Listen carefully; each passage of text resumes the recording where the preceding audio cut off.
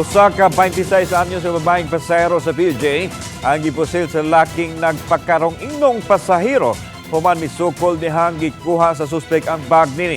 Nahitabo kini atong Marso 27 pasado alas 7 gabi sa Daan Imos dapit sa barangay Loriga, Tacbayan, Subo. Wa makuha sa suspek ang bag sa biktima kinsa ng limbasong nga dili mailog apan napo sila na hinunsya. Naigo sa liog ang babaeng biktima kinsa nadalas pribadong tambalanan o ana-ana sa stable ang kahimtang. Gipangitaan sa kapulisan ang suspisadong lalaki kinsa misibat human sa krimen. Gulagway Cebu City Police Office nga isolated case ang nahitabo o gipaniguro nini nga malinawon gihapon ang dakbayan sa Sugbo. Way nakuha sa biktima base sa pag-imbestigar sa atong investigator. Gusto gid sa tanang kapulisan nga masulbad yun kini nga krimen.